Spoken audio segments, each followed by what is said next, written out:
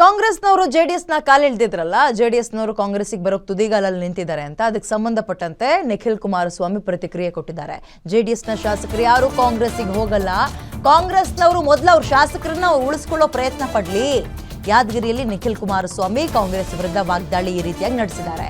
ಶಾಸಕ ಉದಯ್ ಹೇಳಿಕೆಗೆ ನಿಖಿಲ್ ಕುಮಾರಸ್ವಾಮಿ ಕೌಂಟರ್ ಕೊಟ್ಟಿದ್ದು, ಕಾಂಗ್ರೆಸ್ ಮೊದಲು ಅವ್ರ ಶಾಸಕರು ಸರ್ಕಾರವನ್ನ ಗಟ್ಟಿ ಮಾಡ್ಕೊಳ್ಬೇಕಾಗಿದೆ, ಉಳಿಸ್ಕೋಬೇಕಾಗಿದೆ. ಕಾಂಗ್ರೆಸ್ ಶಾಸಕರೇ ಪಕ್ಷ ಬಿಟ್ಟು ಹೋಗೋ ವಾತಾವರಣ ಪಕ್ಷದಲ್ಲಿರುವಾಗ ಅಥವಾ ಕಾಂಗ್ರೆಸ್ನಲ್ಲಿರುವಾಗ ಜೆಡಿಎಸ್ನವ್ರು ಯಾಕೆ ಹೋಗ್ತಾರೆ? ಕಾಂಗ್ರೆಸ್ ಒಂದು ರೀತಿಗ ಹಡಗುವ ಮುಳುಗಾಗಿದೆ, ಅದಕ್ಕೆ ಯಾಕೆ ಕಾಲಿಡ್ತಾರೆ?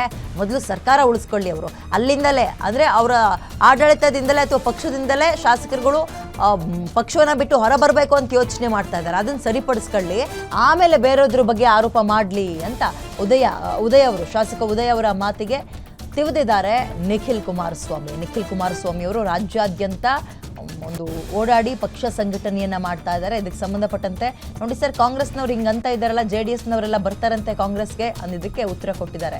ಕಾಂಗ್ರೆಸ್ ಶಾಸಕರೇ ಪಕ್ಷ ಬಿಟ್ಟು ಹೋಗೋ ಪರಿಸ್ಥಿತಿ ಅಲ್ಲಿದೆ, ವಾತಾವರಣ ಇದೆ.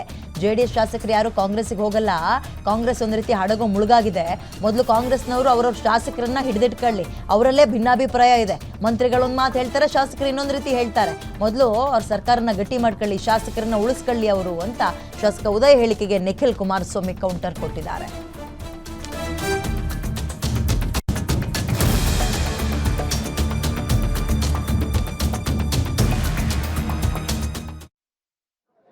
ಅವರ ಸರ್ಕಾರದಲ್ಲಿ ಇರ್ತಕ್ಕಂಥ ಶಾಸಕರು ಇತ್ತೀಚಿನ ದಿನಗಳಲ್ಲಿ ಹೇಳಿಕೆಗಳನ್ನ ತಾವೆಲ್ಲ ಮಾಧ್ಯಮದ ಸ್ನೇಹಿತರು ರಾಜ್ಯದ ಜನತೆಗೆ ತಾವೇ ಬಿತ್ತರಿಸಿದಿರಿ.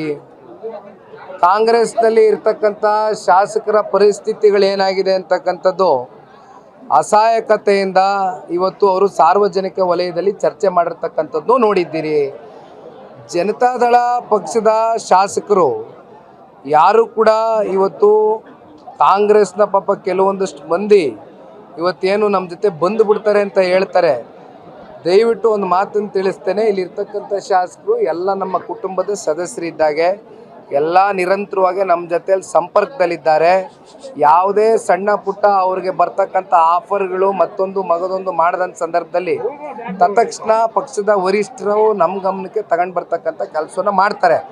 ಹಾಗಾಗಿ ಇವತ್ತು ಕಾಂಗ್ರೆಸ್ಸು ಉಳಿಸ್ಕೊಳ್ಬೇಕಾಗಿರ್ತಕ್ಕಂಥದ್ದು ಅವರ ಶಾಸಕರನ್ನ, ಅವರ ಸರ್ಕಾರನ, ಅವರ ಕುರ್ಚಿಯನ್ನು ಭದ್ರಪಡಿಸ್ಕೋಬೇಕಾಗಿದೆ.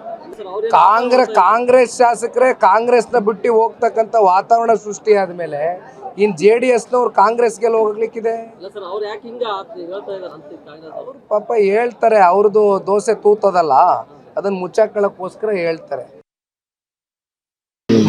ಇಂಥ ಪರಿಸ್ಥಿತಿ ಬಂದಿದೆ. ಇರೋ 18 ಜನ ಶಾಸಕರಲ್ಲಿ ಅಧಿಕೃತವಾಗಿ ಪಾರ್ಟಿಲಿ ಉಳ್ಕೊಂಡಿರೋರು ಎಷ್ಟು ಅನ್ನೋದನ್ನ ನೀವು ಅವ್ರನ್ನ ಕೇಳಬೇಕು. JDS ಪಕ್ಷದಿಂದ ಗೆದ್ದವರೇ ಅಲ್ಲಿ ಪಾರ್ಟಿಲಿ ಉಳ್ಕೊಂಡಿಲ್ಲ. ಅಧಿಕೃತವಾಗಿ ಕಾಂಗ್ರೆಸ್ ಜೊತೆ ಅಲ್ಲಿ ಇಲ್ಲಿ ಸಭೆಗಳು ಸಮಾರಂಭದಲ್ಲಿ ಅಧಿಕೃತವಾಗಿ ಭಾಗವಹಿಸ್ಕೊಂಡು ಇದ್ದಾರೆ.